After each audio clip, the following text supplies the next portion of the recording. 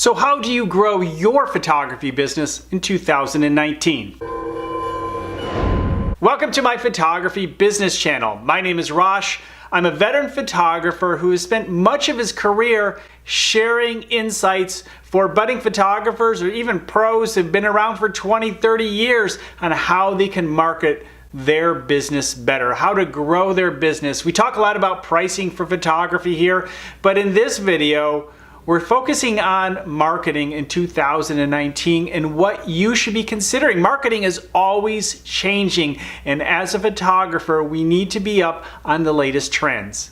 In this video, you'll learn some of the latest techniques in marketing, as well as some old school techniques you probably should still be doing today. Now, in the past, as a photographer, we'd often find one marketing channel that works really well for us and maybe have some other supporting channels around us. Now, the fact is we should probably still start with one main channel. Maybe we use Instagram or YouTube or our blog to attract new customers. Maybe we use email marketing or AdWords or Facebook ads to attract new clients. There are a number of different ways you can go about it. But the thing is, you should focus on one, but today you really need to speed up the process and develop an omni-channel approach, meaning you should have at least 2, 3, maybe 4 different ways which you regularly use to advertise and market and find new clients. SEO is still important for the photographer, especially locally, and you need to do your best to dominate as much of the search engine optimization in your local community as possible. Make sure you have your Google business page fully filled out. Be sure to ask people to give you ratings in Google and other locations because Google pays attention to the ratings online, especially for local search. And make sure that you dominate the areas in which you photograph. If you are a commercial photographer or if you're a wedding photographer or a senior photographer, there are locations, there's certain types of photography, techniques, things that you do locally. Make sure you're writing articles on your blog and your website, promote what you do best and dominate those areas. So yes, content marketing is still an important part of your 2019 marketing plan.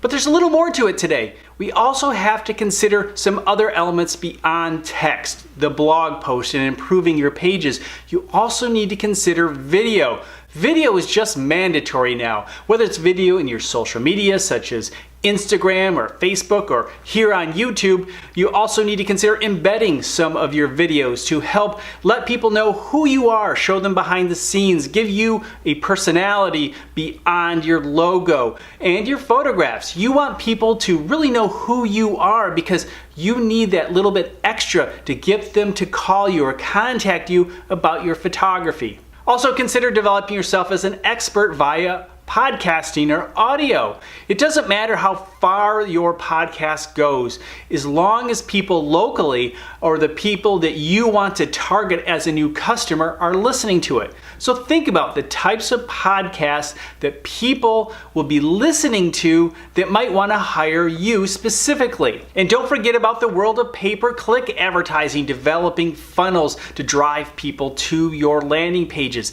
The thing is, advertising on digital marketing platforms such as Instagram and Facebook and YouTube and Google, it's getting so much better, very intuitive. It's very interesting how the algorithms are finding the right people to put your ads in front of. And there are many different ways to approach it. You can advertise to people who are in a specific demographic or in a specific location, or even people who've just been on your website and have since left. You can advertise to them too. That's called retargeting or remarketing. So there are a lot of things you can do with pay-per-click. It's amazing the opportunities. It's worth investigating in 2019. Still today, email is very powerful. Keeping in touch, keeping the communication lines open. When you connect with a new customer, make sure you get their email because people who've hired you once are more likely to hire you again. So if you want to continue to grow your business, make sure you're keeping up with those people. Follow up with them regularly. Let them know you have different opportunities, or remind them of the campaign they did the year before. Are they ready to do it again? If somebody just got married, well, maybe in a year or two they're having children or other family events. So keep in touch, let people know what's going on, and you will continue to grow your photography business, in 2019. Now, as far as a marketing plan, I often recommend using the solar system method, and I have a number of videos on that topic over on my marketing channel. But let me give you a brief rundown of how to approach the solar system method. I've talked about it on blog posts and videos as well as my books, and it really is simply this. Start off with your website. This is your core location to sell. It's what we refer to as the sun. And then nearby, we have our blog. This is our personality. This is where we show the behind the scenes and our expertise, even our side projects, to let people know the different things that we can do with our photography. Next, we have our inner planets, and these are sites such as YouTube, Flickr, Vimeo, or even your podcast. These are multimedia sites where we can share in other locations, but also build a community. Now, ultimately, we're going to share these inner planets with our outer planets. This is where we engage and develop relationships. These are outer planets such as Facebook and Twitter and Instagram. We connect with people, we build relationships, and then we drive them back in to our inner planets or our blog or our website. And we're always testing on our website. We're always trying new things, new calls to action. We're always trying to find new ways to encourage people to hire us.